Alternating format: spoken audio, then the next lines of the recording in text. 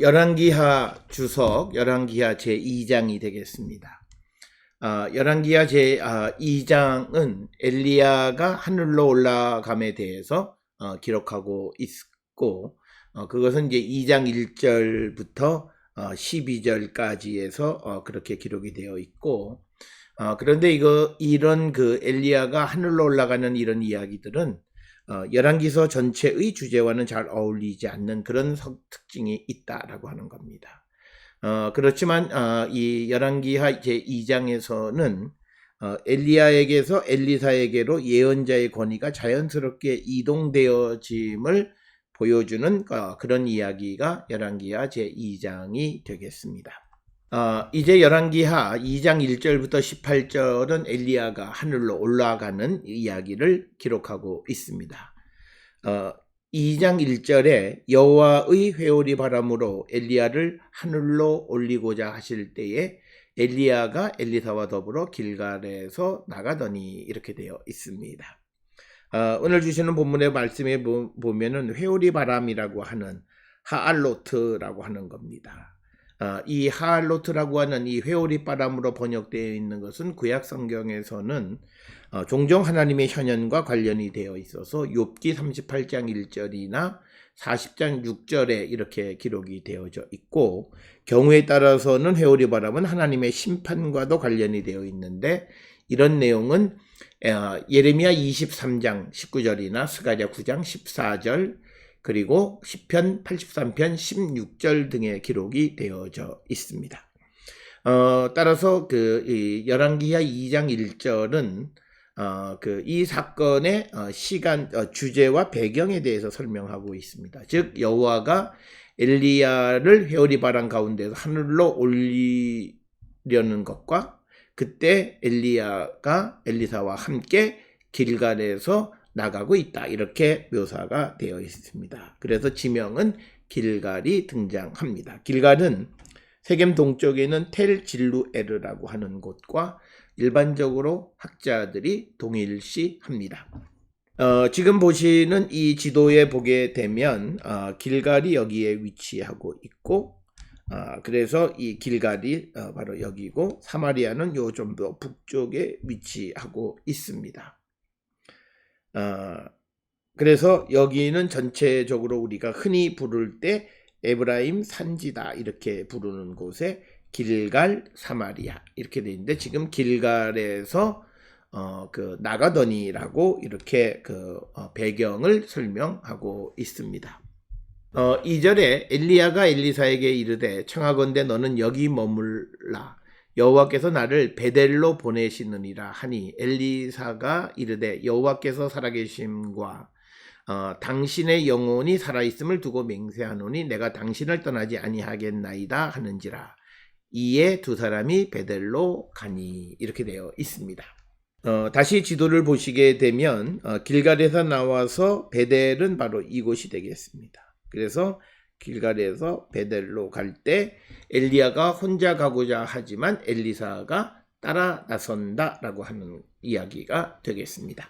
자, 그래서 2절에서 엘리야가 엘리사와 떨어지려고 하나님이 엘리야 자신을 베델로 부른다 이렇게 이야기하지만, 그러나 엘리야는 홀로 길갈에서 나와 베델로 가려고 하지만 엘리사가 절대 엘리야를 떨어지지 않겠다라고 여호와의 이름으로 그리고 또 엘리야의 이름으로 맹세를 합니다. 오늘 주시는 이 본문의 말씀에 보게 되면 이제 맹세라고 하는 것이 등장을 합니다. 그래서 이 맹세라고 하는 것을 우리가 마태복음 5장 34절에서 예수님은 어떤 것으로도 맹세하지 말라 이렇게 되어 있습니다만, 그러나 구약 시대 때 특히 레위기 19장 12절에서는 여호와의 이름으로 거짓 맹세를 금하는 것이지 진실된 맹세를 금하는 것은 아니다. 그래서 신명기 23장 21절에 하나님께 맹세하는 것의 대표적인 예가 서원이 허락이 되어 있는 것을 우리가 볼 수 있습니다. 그래서 엘리사는 엘리야를 떠나지 않겠다고 맹세함으로 인해서 엘리사는 엘리야와 함께 베델로 이렇게 가는 이야기가 기록이 되어져 있습니다. 여기에서 왜 엘리사가 엘리야를 떠나지 않으려고 했느냐라고 하는 것에 대한 설명은 자세히 나와 있지는 않지만, 그러나 무엇보다도 하나님이 엘리야를 하늘로 높이 들리시려는 것을 알았기 때문에 선생의 마지막을 지키고 싶은 마음에서다. 이것을 우리가 추정할 수 있는 것은 3절에 있는 내용을 통해서입니다. 이 2절에 기록되어 있는 말씀 중에서 여호와께서 살아계심이라고 하는 하이 아도나이 이겁니다. 그러면 여호와의 생명, 살아있는 여호와 이런 뜻입니다. 그래서 구약 성경에서 강조하는 것은 뭐냐면 하나님은 어떤 분이냐? 살아계신 분이다. 바로 이 살아계시다라고 하는, 즉 살아계신 여호와는 우상과 구별되는 거죠. 우상은 살아있지 못해요. 이거는 뭐냐면 생명이 없어요. 그래서 살아계신 하이 아도나이라고 하는 이 하이, 살아있다, 생명, 이것이 굉장히 중요한 거죠.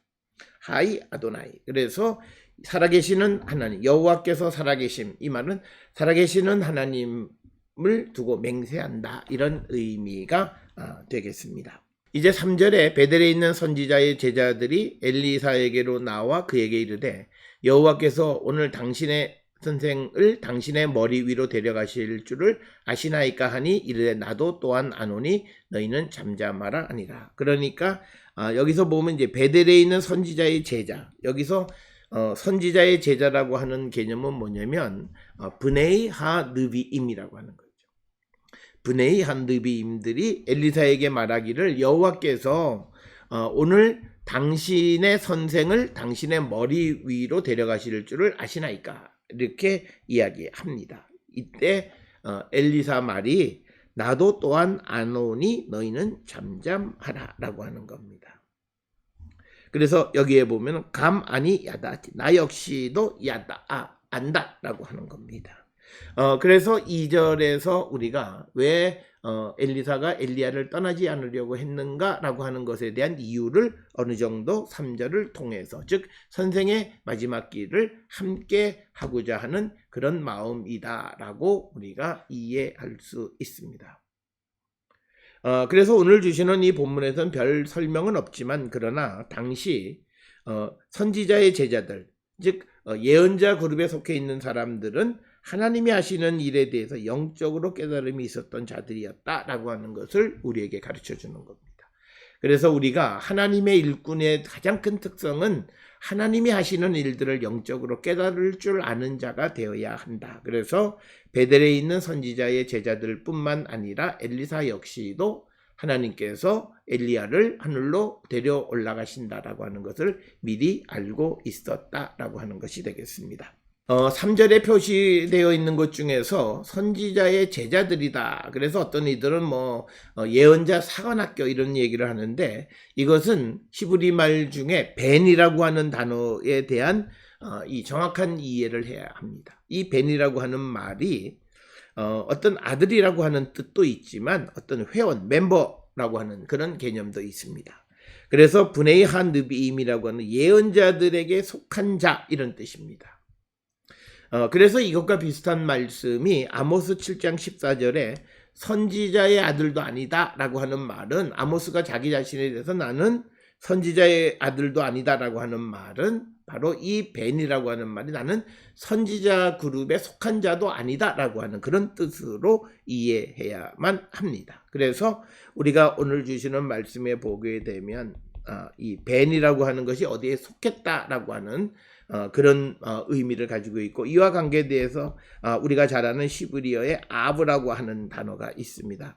일반적으로는 아버지라고 번역이 되지만, 그러나 그것이 갖는 의미는 지도자, 리더라고 하는 뜻도 같습니다. 그래서 열왕기하 2장 12절이나 또는 6장 21절, 13장 14절, 그리고 3장 10장 12절 등에서는 이 아브라고 하는 단어가 아버지가 아니라 지도자라고 하는 개념으로 사용하고 있다라고 하는 겁니다. 이런 예는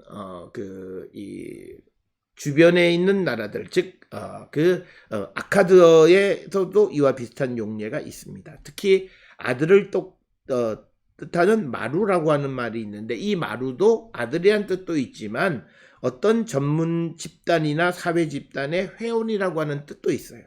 그래서 우리가 잘 아는 것처럼 바루 예언자란 말이에요. 마르바리라고 하는 거예요. 마르바리, 즉 바루 예언자 회원, 바루 예언자에게 속한 자, 이런 뜻이 되겠습니다.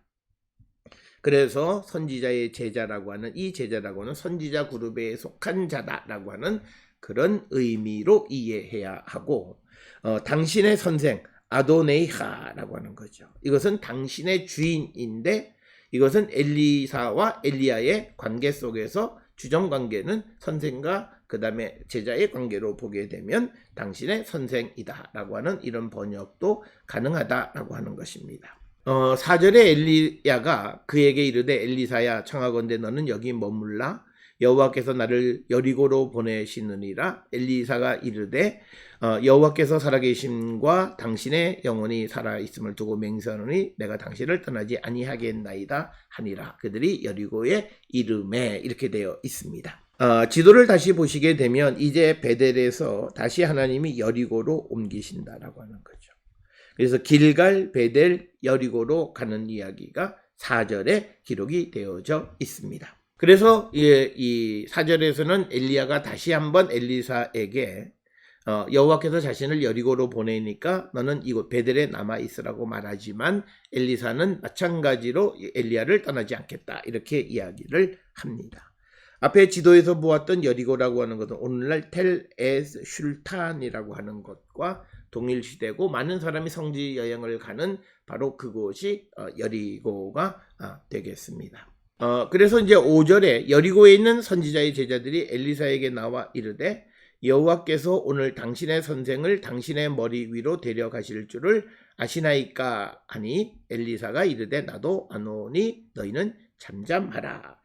마찬가지로 베델의 선지자의 제자들과 마찬가지로 본문에서는 여리고에 있는 선지자의 그룹의 사람들, 선지자의 그 멤버들이 다시 엘리사에게 말하는 것을 보게 됩니다. 그래서 오늘 주시는 말씀을 통해서 보게 되면 길갈, 그리고 베델에도 선지자에 속한 선지자의 그룹에 속한 사람들이 있었고, 또한 여리고에도 그런 사람들이 있었다라고 하는 겁니다.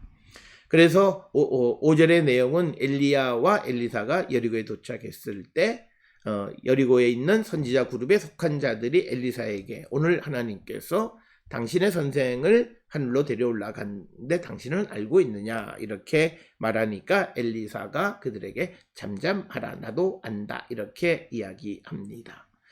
오늘 이 이야기, 즉 2절, 3절, 4절, 5절에서 보게 되면 길갈, 그리고 여리고, 베델, 이런 이야기를 통해서 북이스라엘 여러 지역의 선지자들의 제자, 즉 선지자들이 활동하고 있었음을 우리에게 보여주고 있고, 이 선지자들은 영적으로 하나님이 하시는 일들을 미리 깨달은 자들이었다라고 하는 것을 우리에게 가르쳐 줍니다. 6절에 엘리야가 또 엘리사에게 이르되 청하건대 너는 여기 머물러라.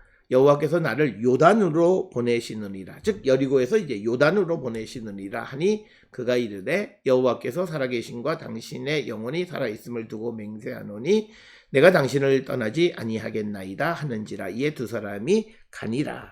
그래서 역시 6절에서는 이제 요단으로 움직이는 내용을 기록하고 있습니다.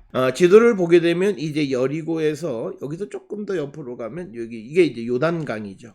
이게 요단강인데 요단으로. 그래서 길갈에서 나와서 베델로 갔다가 베델에서 여리고로 갔다가 여리고에서 요단. 그러니까 길갈에서 베델, 베델에서 여리고, 여리고에서 요단강.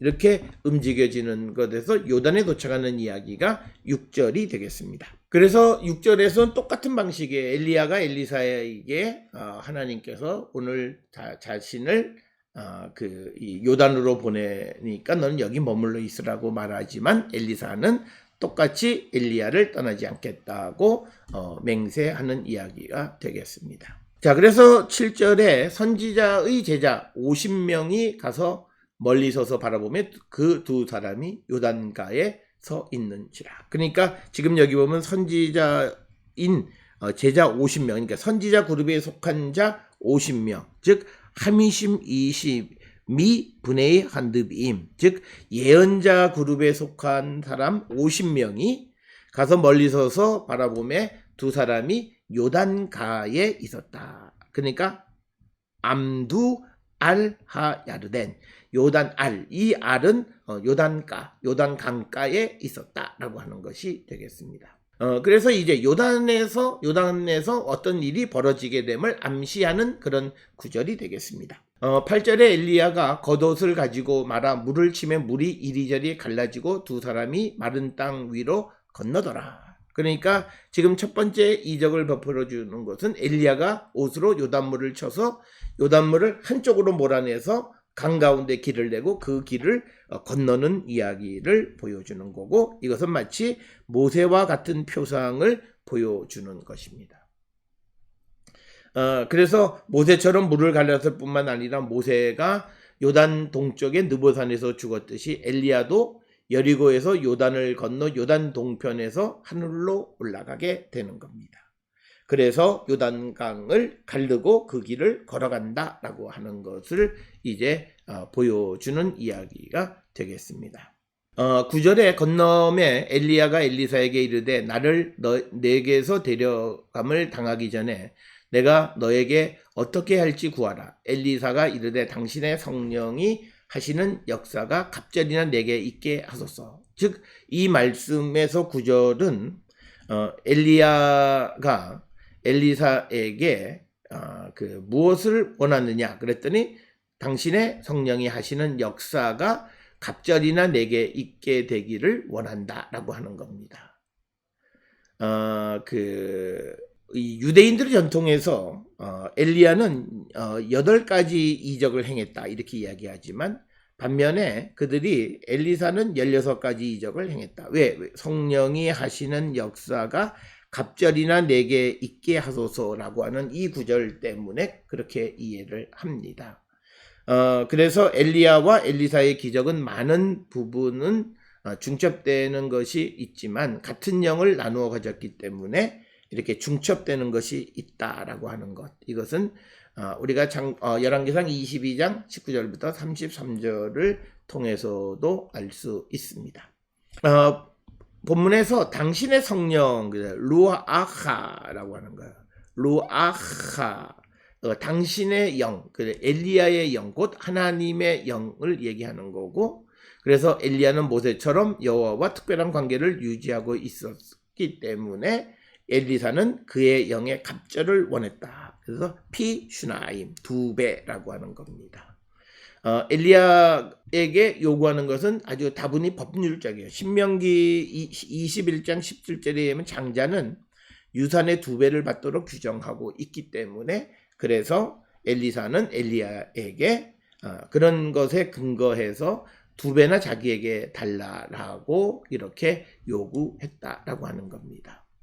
오늘 우리가 읽은 이 본문의 말씀, 9절까지 오는 과정에서 우리가 꼭 기억해야 되는 것은 엘리야가 자기가 이 요단까지 온 것이 아니라 길갈에서 베델에서 여리고, 여리고에서 요단으로 오는 모든 과정은 여호와의 보내심을 받은 거예요. 그래서 자기 자신이 어떻게 무엇을 원해서 그것이 이루어진 것이 아니다라고 하는 거예요. 그래서 엘리야, 즉 선지자는 철저하게 하나님께 순종하는 자다라고 하는 것을 보여주는데, 왜냐하면 선지자는 하나님의 말씀을 그의 입에 두어서 그것을 전하는 자이기 때문에 그가 철저하게 순종하는 그런 자세를 가져야 함을 우리에게 강조하는 그런 말씀이 되겠습니다. 10절에 이르되 내가 어려운 일을 구하는도다. 그러나 나를 내게서 데려가시는 것을 내가 보면 그 일이 내게 이루어지려니와 그렇지 아니하면 이루어지지 아니하리라 하고. 그러니까 엘리야는 이 엘리사가 자신에게 성령을 갑절로 달라고 하는 것에 대해서 이것은 내가 함부로 할 수 있는 것이 아니다. 그래서 그가 말하기를 내가 어려운 일을 구하다 이렇게 이야기를 합니다. 그래서 바요멜 그 히크시타 리시올 그러니까 요청한 것이 어렵게 하는다라고 하는 거예요. 그러니까 이것은 뭐냐면 이 엘리야가 함부로 자기가 임의로 할 수 있는 것이 아니다. 그렇지만 하나님께서 엘리야를 하늘로 데려 올라가는 것을 만약 엘리사가 본다면 그것이 너에게 이루어질 것이다 라고 말하는 것이 10절에 있는 말씀이 되겠습니다. 그래서 11절에 두 사람이 가며 말하더니 불수레와 불말들이 두 사람을 갈라놓고 엘리야가 회오리 바람으로 하늘에 올라가더라. 그래서 11절에는 엘리야가 하늘로 올라가는 광경을 묘사하는데 여기에 불수레와 불말이 등장해서 엘리야와 엘리사를 갈라놓는 겁니다. 그래서 엘리야만을 하늘로 데려 올라가는 겁니다. 그래서 엘리야는 길갈로부터 엘리사와 헤어지기를 원했지만 엘리사가 끝까지 동행했기 때문에 하나님이 불수레와 불말을 보내서 둘을 갈라놓고 엘리야만 하늘로 올라가게 했다라고 하는 것을 우리가 이해할 수 있고, 특별히 오늘 주시는 본문의 말씀에 등장하는 불수레 그 다음에 불말, 그러니까 레케브 에시하고 그 다음에 수세이 에시, 불의 말들 불의 수레, 불수레와 불말이라고 하는 겁니다. 그래서 이 불이라고 하는 에시는 하나님의 현현을 의미하는 것으로 많이 기록되어 있고, 즉 엘리사가 보았던 병거와 말은 곧 여호와의 말과 병거이다 라고 하는 겁니다. 그래서 12절에 엘리사가 보고 소리 지르되 내 아버지여 내 아버지여 이스라엘의 병거와 그 마병이여 하더니 다시 보이지 아니하는지라. 이에 엘리사가 자기의 옷을 잡고 둘로 찢고, 그러니까 열왕기하 2장 12절부터 이제 14절까지 이어지는 부분에서 엘리야가 하늘로 올라감을 보았기 때문에 엘리사가 자기에게 하나님의 능력이 임한 것을 체험하는 사건이 된다라고 하는 거예요. 그래서 12절에서 앞에서 엘리야가 옷을 찢어서 이 물을 쳐서 물을 갈랐듯이 자기의 옷을 잡아서 이제 그것을 가지고 이제 이 이적을 행하는 것을 보게 됩니다. 12절에 내 아버지여 내 아버지여 이스라엘 병거와 그 마병이여. 그렇지만 금방 사라져서 이제 더 이상 볼 수 없게 되어졌다라고 하는 거고요. 그래서 13절에 엘리야의 몸에서 떨어진 겉옷을 주워 가지고 돌아와 요단 언덕에 서서, 엘리야의 몸에서 떨어진 옷을 주워 가지고 요단가에 서서라고 하는 거죠. 그러면서 14절에 엘리야의 몸에서 떨어진 그 겉옷을 가지고 물을 치며 이르되 엘리야의 하나님 여호와는 어디 계시나이까 하고 그도 물을 치매 물이 이리저리 갈라지고 엘리사가 건너느니라.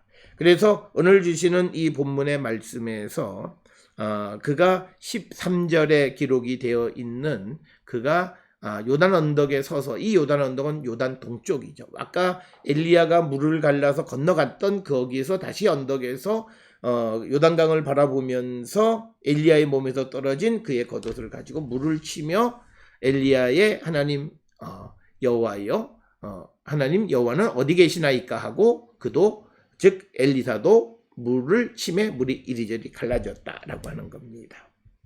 그래서 성령의 능력이 자신에게 임함을 체험하는 것으로 엘리야의 말대로 되어진 것을 이제 기록하고 있고, 그래서 이제 15절에 여리고 맞은편 여리고, 그러니까 지금 엘리사가 서 있는 건 요단 동편이고 그 다음에 선지자들은 요단 서쪽에 여리고 쪽에 서 있는 거죠. 그러니까 본문에 맞은편 여리고라고 하는 거죠.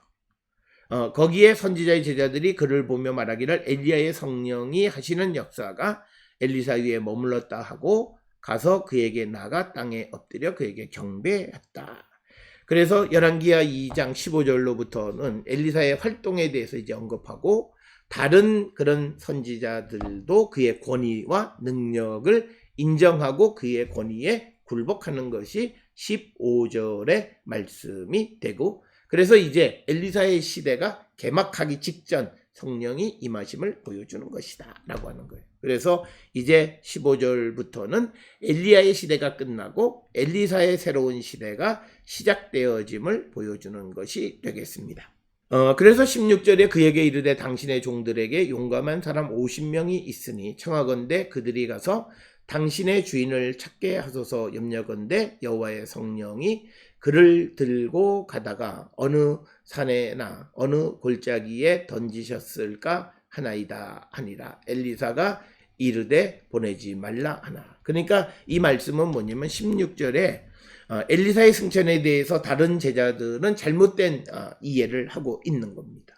그래서 성령이 엘리야를 데리고 가다가 어느 산이나 어느 골짜기다 던졌을 것으로 생각해서 이제 우리가 그것을 찾게 하소서라고 했지만, 그러나 엘리사는 보내지 말라라고 이렇게 그들의 요구를 거절하는 모습이 되겠습니다. 그래서 17절에 무리가 그로 부끄러워하도록 강청함에 보내라 한지라. 그들이 50명을 보냈더니 사흘 동안 찾되 발견하지 못했다. 즉 뭐냐면 하도 그 예언자 무리 50명이 엘리사에게 강권하고 강청하니까 어쩔 수 없이 사람을 보내서 엘리야의 시체를 찾으라 했지만 사흘 동안 찾되 발견하지 못했다라고 하는 것입니다. 자, 그래서 18절에 엘리사가 여리고에 머무는 중에 무리가 그에게 돌아오니 엘리사가 그들에게 이르되 내가 가지 말라고 너에게 이르지 아니하였느냐 하더라. 그러니까 18절은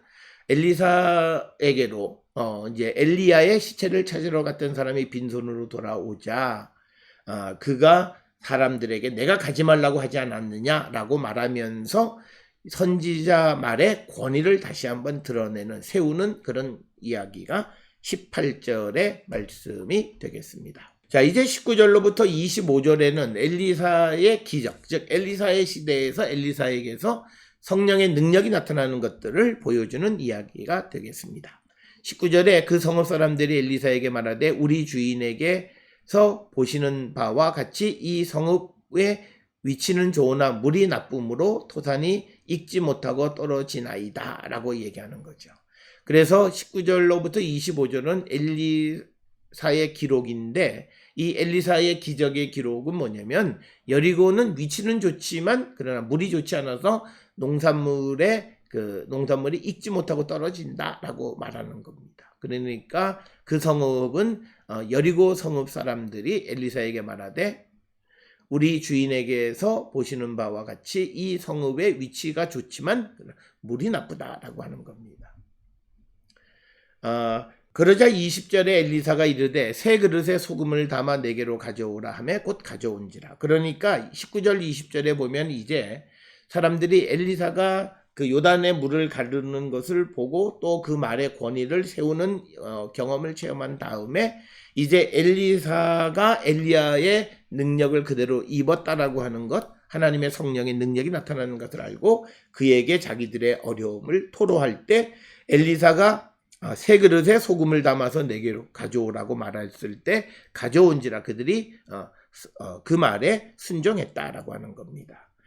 여기서 그릇으로 번역되는 찔로히트라고 하는 것은 항아리 또는 병 이런 것을 얘기한, 거기에 소금을 담아 오라라고 하는 겁니다. 그러니까 21절에 엘리사가 물 근원으로 나가 소금을 그 가운데 던지며 이르되 여호와의 말씀이 내가 이 물을 고쳤으니 이로부터 다시는 죽음이나 열매 맺지 못함이 없을지니라 하셨느니라 하니. 그러니까 20절에서 엘리사가 소금을 뿌리면서 그 수원을 고치는 거죠. 그러면서 하나님이 말씀하시기를 내가 이 물을 고쳤다. 그러니까 하나님이 고치신 거라는 거죠. 그래서 앞으로는 죽음이나 열매 맺지 못함이 없을 것이다 라고 말씀하는 것이 21절의 말씀이고, 그래서 엘리사는 하나님의 능력으로 여리고의 물을 고치는 이야기가 되겠습니다. 그래서 22절에 그 물이 엘리사가 한 말과 같이 고쳐져서 오늘에 이르렀더라. 그대로 되었다라고 하는 것이고, 여리고에 있는 셈인 아인슐탄이라고 하는 이 아인슐탄, 아인이라고 하는 말이 셈, 우물이란 뜻이죠. 그래서 아인슐탄이 좋은 물이 되는 그런 기원을 설명하고 있습니다. 자, 그래서 23절에 엘리사가 거기서 베델로 올라가더니 그가 길에서 올라갈 때 작은 아이들이 성문에서 나와 그를 조롱하여 이르되 대머리여 올라가라 대머리여 올라가라 하는지라. 즉 베델로 올라가는데 그 길가에서 엘리사를 놀리는 아이들인데 엘리사를 저주했다는 거죠. 저주했다라고 하는 것은 이 대머리여라고 말하는 것. 이 대머리는 하나님의 저주받은 자라고 하는 인식 때문에 그렇습니다. 이것은 이사야 3장 24절에 대머리가 숱한 머리털을 대신하는 것을 하나님의 심판받은 자의 모습으로 설명하고 있기 때문에, 그래서 어린아이들이 엘리사를 저주받은 자라고 말을 하는 겁니다.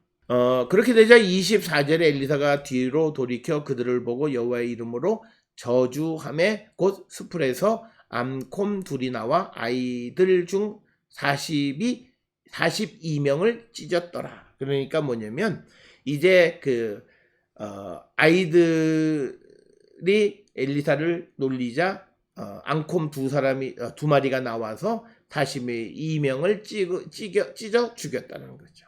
아이들이 놀림은 엘리사 개인이 아니라 엘리사는 이제 하나님의 대언자입니다. 그러니까 그것은 곧 하나님을 놀리는 것과 같은 사건입니다. 이 사건이 발생한 지역에 대해서 우리가 성경에는 어디라고 얘기하지 않지만 베델에서 1.5km 동쪽에 위치하는 데이르딥완이라고 하는 거지. 왜냐하면 이 지명이 딥완이란 말이 두 곰의 굴이란 뜻을 가지고 있기 때문에 데이르딥완, 여기에서 바로 엘리사가 곰 2마리로 어린아이 42명을 죽였다라고 하는 그런 지명이 생겨났다. 42명이라고 하는 40이라는 숫자는 열왕기하 10장 14절에 예후에 의해서 실행당한 수와 같은 수로 이렇게 기록이 되어져 있습니다. 그러면서 25절에 엘리사가 거기서부터, 그러니까 여기서 말하는 거기라고 하는 것은 그가 이제 베델에서부터 다시 북쪽으로 올라가 갈멜산으로 산으로 가고 거기서 사마리아로 돌아왔더라, 이렇게 되어 있습니다.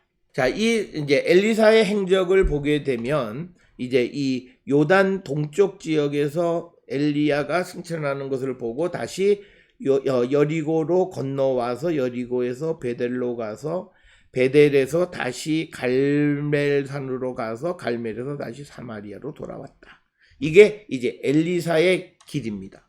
전에 엘리야는 우리가 바로 이 열왕기하 2장에서는 길갈에서 베델로 갔고 베델에서 여리고로 가서 여리고에서 요단으로 가서 요단에서 동편으로 가서 엘리야가 죽었고, 다시 거꾸로 이제 엘리사는 요단 동편에서 물을 갈라서 여리고로 왔고 여리고에서 베델로 올라갔고, 그래서 베델에서 다시 갈멜으로 갔고 갈멜에서 다시 사마리아로 돌아왔다라고 하는 것이 25절의 기록입니다. 그래서 25절에 엘리사가 거기서부터 갈멜산으로 가고, 여기서 말하는 거기라고 하는 건 베델에서 갈멜산으로 가고 거기서 다시 갈멜산에서 다시 사마리아로 돌아왔다라고 이렇게 기록하고 있습니다. 즉 엘리야가 이제 열왕기하 2장에서 죽지 않고 하늘로 올라갔기 때문에 그는 주기적으로 땅에 내려와 메시아의 도래와 관련된 역할을 담당한다, 이렇게 사람들이 이해하고 있었습니다. 그래서 말라기 4장 5절 6절에서 여호와의 두려운 날이 임하기 전에 엘리야를 보내어 마음을 돌이키는 것을 돕는 역할을 한다, 이렇게 기록이 되어 있습니다. 엘리야가 하늘로 올라감으로 엘리사의 시대가 열리고 엘리야에게 임했던 영이 엘리사에게 임함으로 그에게도 같은 이적을 체험할 수 있고 그 이적을 행할 수 있게 보여주는 것이고, 그래서 우리가 후계라고 하는 개념은 같은 영을 이어받은 자이다 라고 하는 것이 열왕기하 2장에서 우리에게 보여주는 그런 말씀이 되겠습니다. 열왕기하 2장 23절 25절을 통해서 하나님의 사람인 예언자는 사람을 살리기도 하지만 때로는 죽음을 부르기도 하는데, 그 죽음은 여호와를 놀리는 자가 되고 여호와를 만홀히 여기는 자들에게는 저주를 부르기도 하는 것을 우리에게 보여주는 말씀이 되겠습니다. 따라서 열왕기하 2장은 이제 엘리야의 시대가 끝나고 새로운 그의 제자격인 엘리사가 그의 뒤를 이어서 성령의 하나님의 영의 도움으로 이적을 행하는 이야기가 기록되어진 것이 열왕기하 2장의 말씀이 되겠습니다.